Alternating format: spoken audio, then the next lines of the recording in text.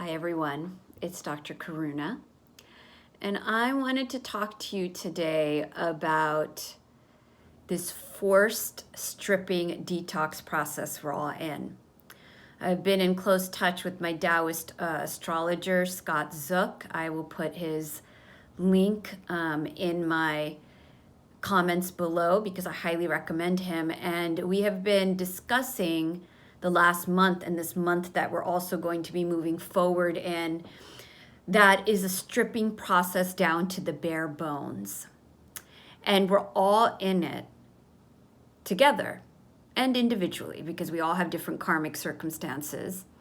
And it's a very edgy time. You know, I feel it too. We all feel it.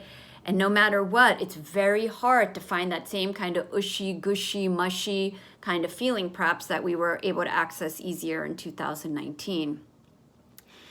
Usually, we feel like we can control when we're going to do a detox or a stripping process. The truth is we never really have control, especially when it's at this massive level, because we are being stripped of all these buffering techniques that we held in our outer mind. And some of us are still holding on to them. I mean, there's Netflix binging, there's addictions, all types of things are happening at a large scale.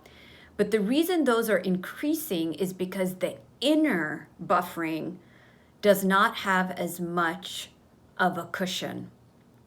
So as we're being stripped, it's very essential, A, to know it's happening. This is the time. It's edgy.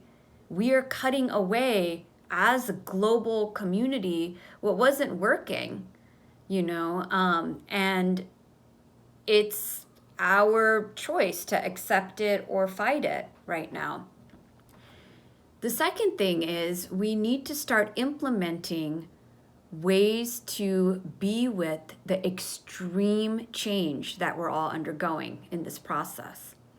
And I know because I've heard from many people that all types of emotions are coming up. A lot of people are at home and, they're cutting flowers and they're baking and they're doing all of this. But also underneath it, there's that constant quivering because we don't know what life is going to be. When we are in this state, it is essential to go back to your pillars so that you have a health container that can sustain you. And I have talked about this in workshops. I will be doing another workshop on this soon. So if you want to know about that, please give me your email below. But very briefly, the pillars are sleep, food, sex, and exercise. And those have vaster definitions I can talk about, but you have to get healthy touch, healthy nourishment, healthy rest, and healthy movement. And that's different for everybody, but you need to dial them in. And rest and nourishment are at the top. So, going back to, Scott, the astrologer, he was talking about something that's very close to my heart in one of his astrology talks recently, that, rather than trying to be ambitious or buffering with more Netflix, how about you do something good for yourself and focus on one pillar, and that being the pillar of rest. Say, you know what? I'm going to dial in my sleep, and I'll go to bed at 10 o'clock every night and wake up at 6, or maybe for a while, whatever, wake up at 8, get extra rest. Because when you get an extra buffer to your container, this is the healthy buffer, it's like cushy on the inside of the metal. Your perceptions on how to deal with the stripping process will be better.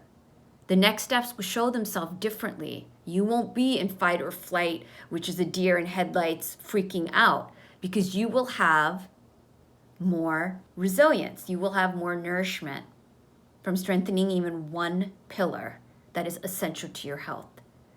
So I want all of you to try this process of backing off on your buffering and putting something into your nourishment container involving these pillars of health. And then let me know in the comments below the benefits that you've had. And it may not come quickly. I'm not going to deny that this is a difficult time at different levels for every single person. But we have to keep taking care of ourselves. Make that a number one priority. Hope that you all are staying safe and sane. And I'll talk to you all again soon. Bye-bye.